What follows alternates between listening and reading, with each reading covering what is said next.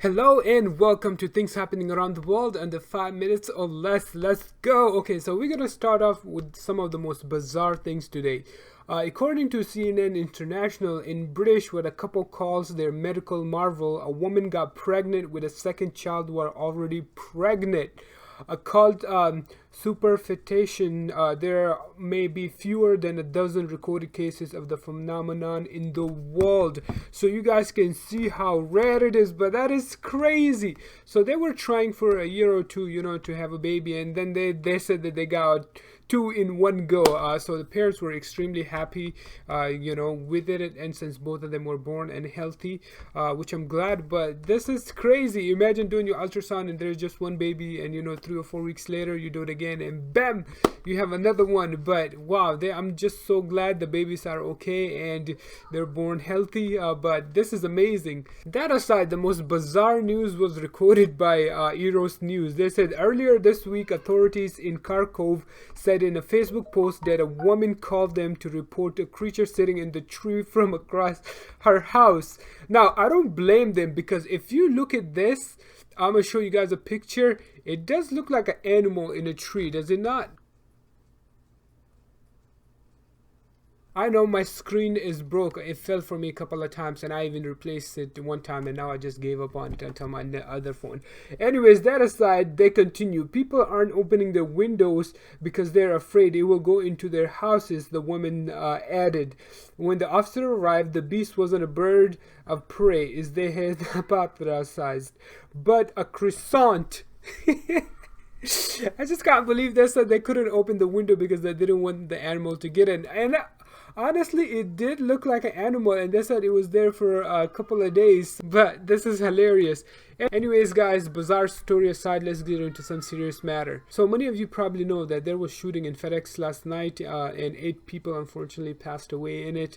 And the IMPD, they released the names of the deceased ones. The deceased victims have been identified as a 32-year-old Matthew R. Alexander, 19-year-old Samira Blackwell, 66-year-old Amrijit Johal, 64-year-old Jaswinder Kaur, 68-year-old Jaswinder Singh, a 48-year-old Amarjit Sikhan, 19-year-old Carly Smith, and 74-year-old John West.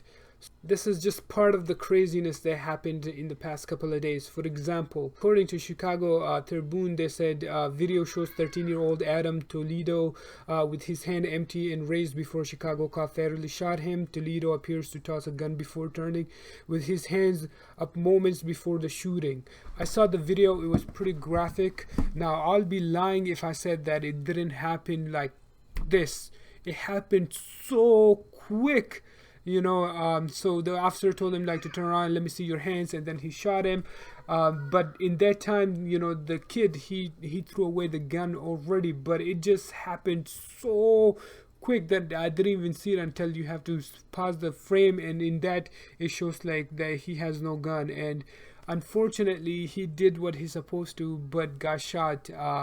But it gets even crazier. According to AJ Plus, a Maryland state trooper shot and killed a 16-year-old boy claiming he had a knife in an airsoft gun which shoots non-lethal pellets. The victim was identified as Peyton Ham. Police claim the toy gun looked real and he was in a shoot instance. There is a no body cam video.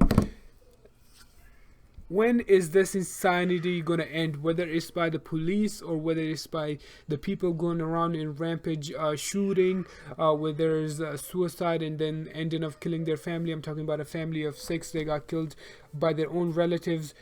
They were able to purchase the gun pretty easily. So I'm saying you can take the gun away from regular people, but what about what are you gonna do by the cops?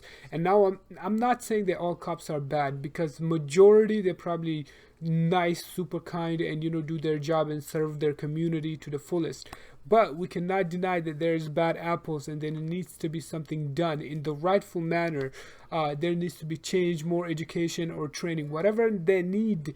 It needs to be there so situation like this can be avoided.